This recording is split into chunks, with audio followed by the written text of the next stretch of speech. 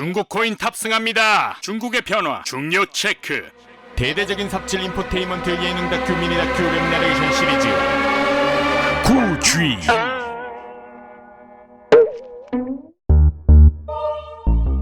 2019년 미국과 중국의 무역전쟁이 발발하고 쌍방 관세폭탄을 조합하고 시행하며 서로에게 스크래치를 가하려고 아둥바둥하는 와중에 중간에 낀 대한민국은 매우 혼란스럽다. 정치판은 진중반중 분위기로 갈려 역시 중국보다는 미국이지, 중국 코인은 끝났다 라는 반응과 불각은 불가 원도 모르냐, 중국을 가까이 해야 한다 라는 반응으로 극명하게 갈렸는데, 최근 중국에 몇 가지 변화가 일어나고 있어서 또 쓸데없이 진지 중인 우리 구쥐가 체크 잇 아웃. 우선 미중 무역전쟁에 의도했던 의도하지 않았던 간에 근래에 홍콩 시위는 절대 중국이 원하던 바는 아니었던 것이었을 터. 홍콩 시위가 일어난 것 자체에 대한 문제보다 홍콩 시위를 대하는 세계의 태도들이 문제가 되고 있다. 홍콩 시위를 지지한다는 NBA 휴스턴 로켓츠 단장의 발언에 대해 중국인들은 폭발적으로 반응하며 수십 년간 쌓아온 중국인들의 NBA 사랑의 결별을 통보한 것뿐만 아니라 중국 스포츠 브랜드 스폰서들도 줄줄이 관계를 끊겠다고 선언하고, 국영방송 CCTV는 중계권도 포기. 결국 휴스턴의 단장은 해당 글을 삭제하고 사과하고, NBA 자체도 중국 친구들을 불쾌하게 만들어 사과한다 라고 공식 성명까지 냈는데, 이걸 본 자유의 상징 미국의 의원들은 또 발끈하여 NBA가 돈 때문에 미국 시민이 누려야 할 자유를 말살했다 라고 디스. 틱탁택탁. 이유는 역시 돈이었다. 중국인들이 NBA 안 보겠다고 하는 게 그렇게 큰일? 중국에서 NBA를 시청하는 중국인은 4억 9천만 명으로 미국 전체 인구보다 많으며, NBA 중계권료 역시 5년간 1조 8천억 원 정도로 사실 미국보다 중국 시장이 더 크다는 것. 스포츠 다음은 e스포츠 게임업계다. 블리자드 하스스톤 게임대회 현장에서 홍콩 시위를 지지한 홍콩 선수가 1년 출전 정지에 상금 몰수 등의 징계를 받았다. 블리자드는 이 홍콩 선수 블리즈청이 경기 규정을 위반했다고 하면서 선수가 공공의 평판을 떨어뜨리거나 공공의 일부 또는 단체를 불쾌하게 하거나 블리자드 이미지가 손상되는 행동을 했을 경우 그랜드마스터즈에서 제외될 수 있으며 상금 전액 몰수도 가능하다 라는 규정을 근거로 댔다. 이에 게이머들은 뭔 개소리냐면서 오버워치에서 인종차별에도 3경기 정지에 벌금인데 홍콩 사람이 홍콩 시위 지지했다고 1년 출장 정지에 상금 몰수 하면서 위선적인 블리자드의 행태에 대해 보이콧 블리자드 운동을 펼치며 조롱하자 결국 징계를 6개월로 낮추고 상금 박탈도 취소했다. 홍콩 시위는 홍콩 시위 자체가 옳고 그르냐보다 그 홍콩 시위를 바라보는 사람들의 시선과 상징적인 의미를 더 담게 되었다. 홍콩 시위를 지지하는 중국 외 국가들의 반응에 중국인들은 내정 간섭이라고 반발하고 중국의 내수시장 파워와 인해 전술로 사과를 받아내고 있다. 이와 동시에 중국은 자국 시장을 은근슬쩍 열고 있다. 과거에는 외국 기업들이 중국에 들어가 사업을 하려고 하면 100% 지분을 소유할 수 없어 꼭 중국에 있는 중국 회사와 50대 50으로 합작 회사를 설립해야 했다. 이러한 불리한 조건에도 불구하고 기업들은 중국의 엄청난 시장 때문에 울며 겨자 먹기 식으로 합작 회사를 차려서 중국에 진출했었는데, 최근 삼성이 중국 휴대폰 공장을 중국에서 모두 철수시키는 등 더 이상 중국의 인건비나 기타 조건들이 유리하지 않아 중국을 떠나려는 시도가 보이자 중국이 이 외국 기업들에게 그러지 말고 100% 지분 소유해도 돼 하는 조건을 제시하고 있다. 미중 무역 전쟁으로 힘들어진 중국이 해외 투자를 더 많이 유치하기 위한 것으로 보여짐과 동시에 홍콩 시위 덕분에 더 자유라는 말과 거리가 멀게 느껴진 중국 시장에 대한 이미지를 개선하기 위한 몸부림으로 보여진다. 중국이 왜 갑자기 외국 자본 투자 유치에 대한 규제를 완화했을까? 이는 최근 세계 유니콘 기업 통계를 보면 알 수 있다. 유니콘 기업이라 하면 기업 가치가 1조 이상인 스타트업을 칭하는데, 중국이 처음으로 미국을 제치고 유니콘 기업이 가장 많은 나라 1위에 올랐다는 사실.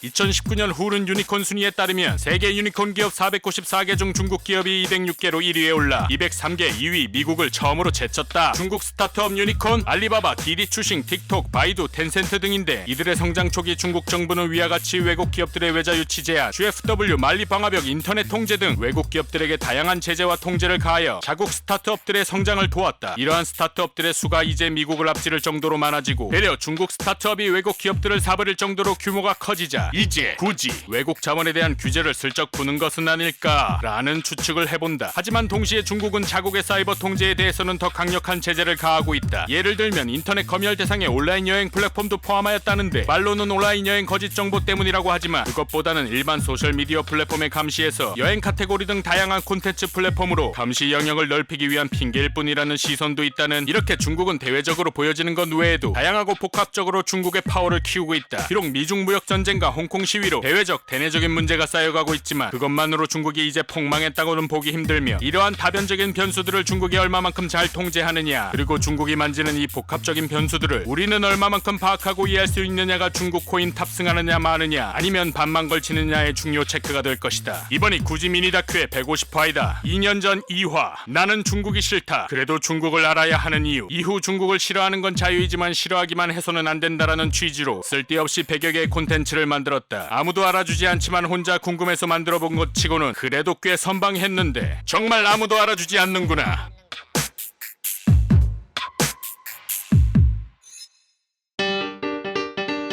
구지 미니 다큐 TMI 구독과 좋아요 감사합니다. 그리고 구지가 만든 스톡 푸티지 거래 플랫폼 트립클립.kr 지금 회원 가입하고 당신이 촬영한 영상을 판매해보세요. 쓸데없이 고퀄 미니 다큐 구지를 사랑해주셔서 감사합니다.